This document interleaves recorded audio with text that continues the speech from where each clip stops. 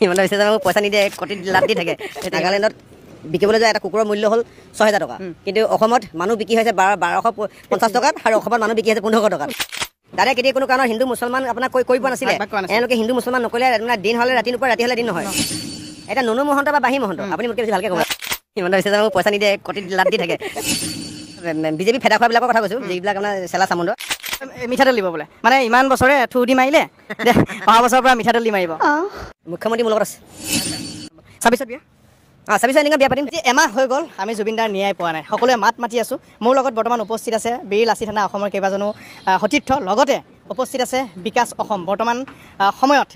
ফেচবুকত একদম হাহাকাৰ সৃষ্টি কৰি থকা এজন বিশেষ ব্যক্তি, যিজন ব্যক্তিয়ে এটা চিঞৰ আমাৰ ভাইহঁত বুলি ক'লে ৫০,০০০ মান কমেণ্ট আহে, আৰু মুখ্যমন্ত্ৰীৰ দৃষ্টিগোচৰ হয়। মুখ্যমন্ত্ৰীয়ে ক'ৰবাত নহয় ক'ৰবাত অকণমান ভয় কৰে বিকাশ অসমক। ৩,৪০,০০,০০০ মানুহৰ মাজত যে মাননীয় মুখ্যমন্ত্ৰী মহোদয়ে বিকাশ অসমৰ নামটো যে তেখেতে মনত ৰাখিছে, ল'বলৈ যে বাধ্য হৈছে, মই তেখেতক ধন্যবাদ জ্ঞাপন কৰিছোঁ। চাগে ক'ৰবাত নহয় ক'ৰবাত ভাল কামেই কৰিছে চাগে, যিটো কাৰণত তেওঁলোকে এনেকুৱা ধৰণৰ নাম ল'বৰ কাৰণে, আমাৰ কামৰ ফচলৰ যোগেদি তেওঁলোকে নাম ল'বৰ কাৰণে বাধ্য হৈছে। কিন্তু তেওঁৰ তলত থকা যিখিনি চালা চেমুণ্ডা ১৫০০ টকা মাহেকত পালেও পালে, কেতিয়াবা নাপালেও নাই, তেওঁলোকক খালি এটা কথা ক'ব বিচাৰিছোঁ যে আপোনালোকে এই ১৫০০ টকাত আপোনালোকে নিজক বিক্ৰী কৰিছে। আজি ভালদৰে যদি আপুনি ভালকৈ চায়, নাগালেণ্ডত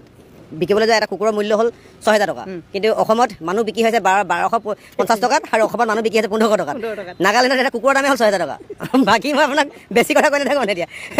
গম পাইছেনে? নাগালেণ্ডৰ কুকুৰা আমাৰ ইয়াতকৈ বেছি মূল্য। ইয়াত আকৌ ১,২৫০ টকাত মানুহ বিক্ৰী হৈছে, ১৫০০ টকাত মানুহ বিক্ৰী হৈছে, মাজনী মামনি আঁচনিৰ নামত বিক্ৰী হৈছে। জুবিন দাই যদি ন্যায় নাপায়, ন্যায় নামৰ শব্দটো সংবিধানৰ পৰা উলিয়াই দিয়ক, আঁতৰাই দিয়ক। বিগত দিনত এনেকুৱা বেয়া ইতিহাস আছে যে অভিনীলৰ ক্ষেত্ৰত আমি দেখিছোঁ নাপালোঁ, জোনমণি ৰাভাৰ ক্ষেত্ৰত CBI অহাৰ পিছত আমি ন্যায় নাপালোঁ। তাত আমাৰ গোটেইবিলাক বিষয়ে সন্দেহ আৱদ্ধ আছিলে। আমি ঝংকাৰৰ ক্ষেত্ৰত ন্যায় নাপালোঁ। এতিয়া এওঁলোকক যে আমি যদি কওঁ যে শ্যাম কানু, শেখৰ গোস্বামী বা সিদ্ধাৰ্থ শৰ্মাক আপোনালোকে ৰাইজৰ মাজত এৰি দিয়ক, হয় আপোনালোকে জামিন দি দিয়ক, তেতিয়াহ'লে আমি ৰাইজে মিলি ভাগ কৰি কামখিনি কৰি পেলাম, নহ'লে আপোনালোকে এনকাউণ্টাৰ কৰক। তেতিয়া এনকাউণ্টাৰ কৰক বুলি ক'লে তেওঁলোকৰ আকৌ যিবিলাক মুখপাত্ৰ থাকে টকশ্ব'ত, তেওঁলোকে তেতিয়া কয় আইনৰ দোহাই পিনে কথা কয়, এইজনে অসাংবিধানিক কথা কৈছে। বিকাশ অসমে আপোনাৰ ন্যায় বিৰুদ্ধে গৈ পিনে কথা কৈছে, অসাংবিধানিক শব্দ ব্যৱহাৰ কৰিছে। তেতিয়া মই তেওঁলোকক সুধিব বিচাৰোঁ যে বিগত এই ১.৫ বছৰত যে মোৰ দেন আপোনাৰ ৫টাতকৈ যে ভুৱা এনকাউণ্টাৰ হ'ল DGP GP সিং আৰু ভাস্কৰজী মহন্তক আপোনাৰ DGP কালত, তেতিয়া কোনখন সংবিধান, BNS, IPC বা CRPC আধাৰত তেওঁলোকক মুক্তভাৱে হওক বা তেওঁলোকক লুকাই চুকাই হওক এনকাউণ্টাৰ কৰা হৈছিলে? একেখন আইন এতিয়া এই মুহূৰ্তত ক'ত গ'ল? জুবিন গাৰ্গ ডাঙৰীয়া অসমৰ সম্পদ হাত থবক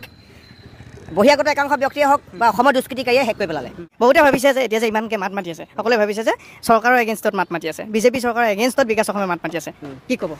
সেইখিনি ১৫০০ ভক্ত এই মানে মাথাত কোনো চিন্তা শক্তি নথকা, মাথাত মামৰে ধৰাখিনি কৰি আছে। মই মুখ্যমন্ত্ৰী এগেইনষ্টত, বিজেপি এগেইনষ্টত এইটো মোৰ খুব নহয়। মই বিজেপিকো ভোট মাৰি পাইছোঁ, মানে প্ৰাৰ্থীজনক গুৰুত্ব দিওঁ, পাৰ্টিক গুৰুত্ব নিদিওঁ। মোৰ কেম্পেইনটো হ'ল not against of BJP, not against of government, not against of মুখ্যমন্ত্ৰী। মোৰ কেম্পেইনটো হ'ল যে মুখ্যমন্ত্ৰী শাসনৰ কালত দক্ষ, যোগ্য, সুযোগ্য ব্যক্তিজন বুলি কোৱা ব্যক্তিজনৰ ৰাজনৈতিক জীৱনৰ কালত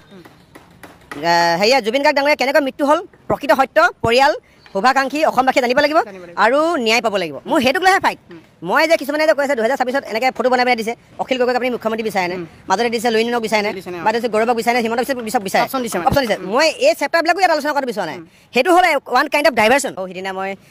যেতিয়া সেই কটি চেলেকা ১৫০০ ভক্তবিলাকে মোক পাছত লাগিছিলে, এতিয়া ৰবিতা পাছত লাগি আছে, আৰু মই লাহে লাহে গম পাইছোঁ যে গৰিমা বৌকো এতিয়া হেনো তেওঁলোকে টাৰ্গেট কৰিব, কাৰণ সিহঁতৰ যিটো মানে IT চেলৰ টিম, সেই টিমত মোৰ মানুহতে ভৰাই দিছোঁ। মই গোটেই ইনফৰ্মেশ্যনবিলাক পাই থাকোঁ। আৰু কথাটো এনেকুৱা ধৰণৰ, তেওঁলোকে এই জুবিন অনুৰাগী, প্ৰকৃত অনুৰাগী যিখিনিয়ে ১ মাহৰ আগতে দাদা বেয়া খবৰটোৰ পৰা লাগি আছে, তেওঁলোকে এইখিনি ক্ষেত্ৰত মই সাহস আৰু উদ্দীপনা দি আহিছে, মই ধন্যবাদ জ্ঞাপন কৰিছোঁ। প্ৰত্যেকটো ক্ষেত্ৰতে মই দেখিবলৈ পাইছোঁ যে এই আপোনাৰ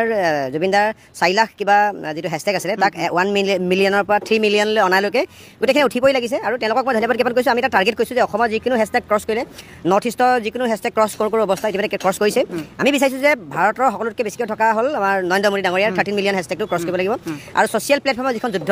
এই যুদ্ধখনত আমি বিচাৰিছোঁ নিৰন্তৰে চলি থাকিব, আৰু এই যুদ্ধ ন্যায়ৰ যুদ্ধ হয়। আৰু এই যুদ্ধ মোৰ দেউতাৰ ক্ষেত্ৰত যদি হয়, মাৰ ক্ষেত্ৰত যদি হয়, আজিৰ দিনত যদি মাননীয় মুখ্যমন্ত্ৰী হিমন্ত বিশ্ব শৰ্মা, পীযুষ হাজৰিকা, গৌৰৱ গগৈ, অখিল গগৈ বা লুইনজ্যোতি গগৈ, যাৰ ক্ষেত্ৰত হ'লেও এই যুদ্ধখন আমি ন্যায় প্ৰাপ্তিৰ কাৰণে যুদ্ধ কৰিমেই। মাননীয় মুখ্যমন্ত্ৰী মহোদয়ক মই মোৰ ফালৰ পৰা এজন সৰু মানুহ, আপুনি মোৰ নামটো সেইদিনাখন লৈছে, ভাললৈ লৈছে নে কাললৈ লৈছে মই নাজানিম, এইটো পিছতে গম পাম। কিন্তু আপোনাক মই এটা কথা ক'ব বিচাৰোঁ, আপোনাৰ লগত যিখিনি এডভাইজাৰ আছে, তেওঁলোকৰ মানে মাথা ব্ৰেইনটো মানে পাব্লিকৰ ইম'চনেল ৱেভৰ লগত চলা নাই। দুদিন আগত কৈ দিলে মই জুবিন, আমিও জুবিন,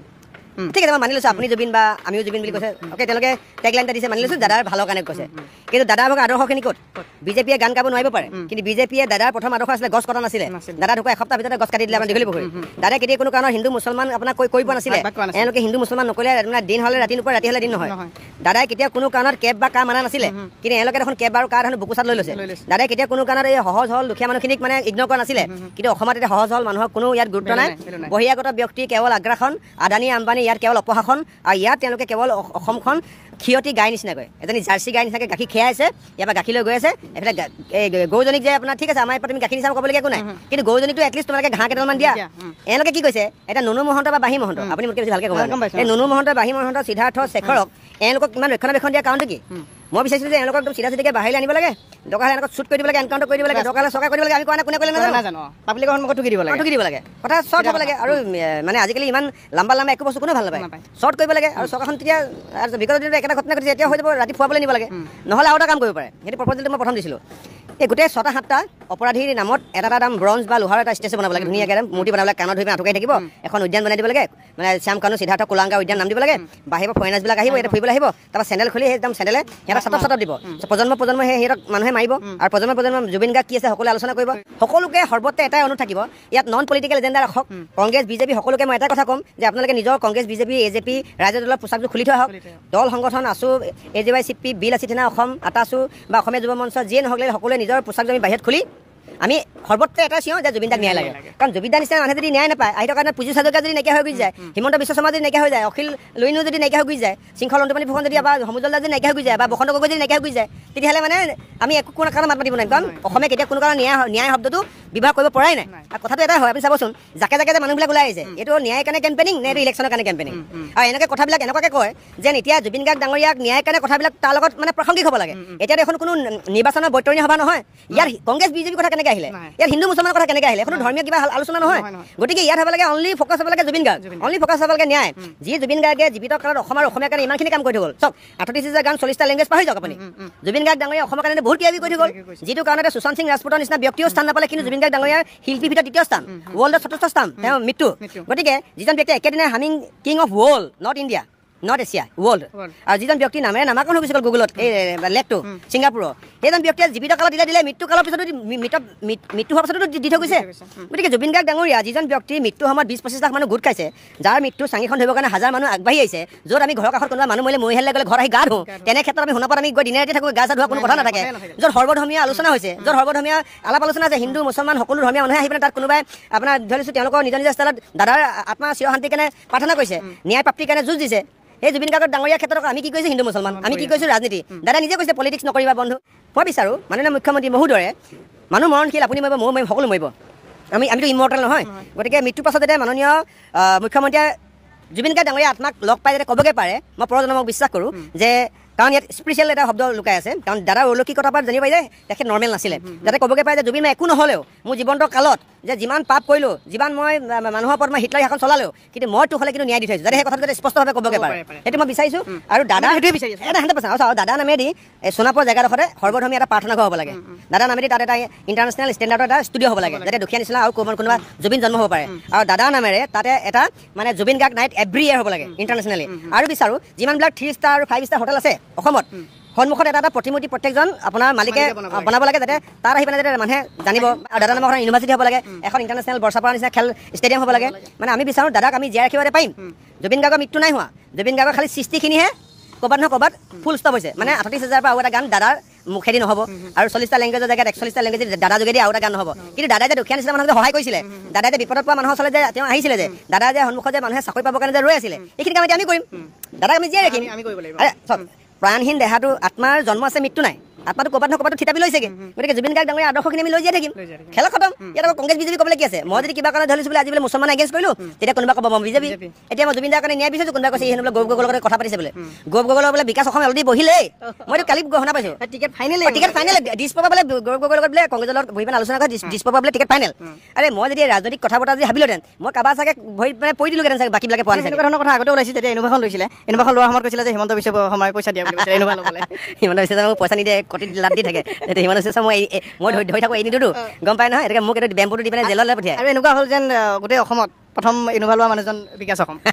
তেনেকুৱা হ'ল কথাটো। যেন এই 1500 টকীয়া ভক্তবিলাকে যেন মোৰ ভাগৰ EMI মাৰিবহি মাৰিব। সেইটো বেয়া লাগে জানে 1500 টকা বুলি 4 মাহ দৰমহা পোৱা নাছিলে এতিয়া মোৰ এই কথাটো মানে যেতিয়া মোক সমালোচনা কৰিবৰ কাৰণে এতিয়া আপুনি পেণ্ডিং থকা প্ৰত্যেক 3 মাহৰ দৰমহা দি দিছে এতিয়া 4500 5000কে পাইছে এতিয়া সিহঁতৰ এতিয়া চেলাৰীটো কণ্টিনিউ খালি মোক এতিয়া মানে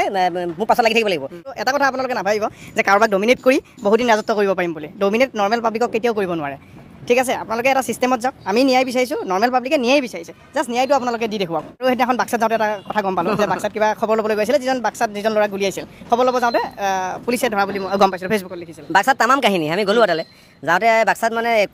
জেগাই মোৰ 150-200 ল'ৰা ৰৈ আছে চাহ খাইছোঁ মই ঘপককৈ মানে এজন মানুহ চকুৱে পৰি গম পালে এজন SB মানুহ মানে মোক কৈছোঁ দাদা এইফালে হওক আপুনি SB মানুহ হয় নহয় তাৰপৰা তেখেতে চুচুক চামাক কৈছে হয় বোলে তাৰপৰা কেনেকৈ গম পালে দিছে মই আপোনালোকক বোলো মই চকু চাই গম পাওঁ যে আপোনালোকে কি ধান্দাত বহি আছে। সেইদিনাখনি দীপক মেধি ঘৰত খবৰ লৈ আহিলোঁ মই বাকীকেইজনৰ ঘৰ খবৰ ল'ম বুলি ভাবিছিলোঁ বা আপোনাৰ কি কয় এইমছত ভৰ্তি হৈছে তাত খবৰ ল'ম বুলি ভাবিলোঁ।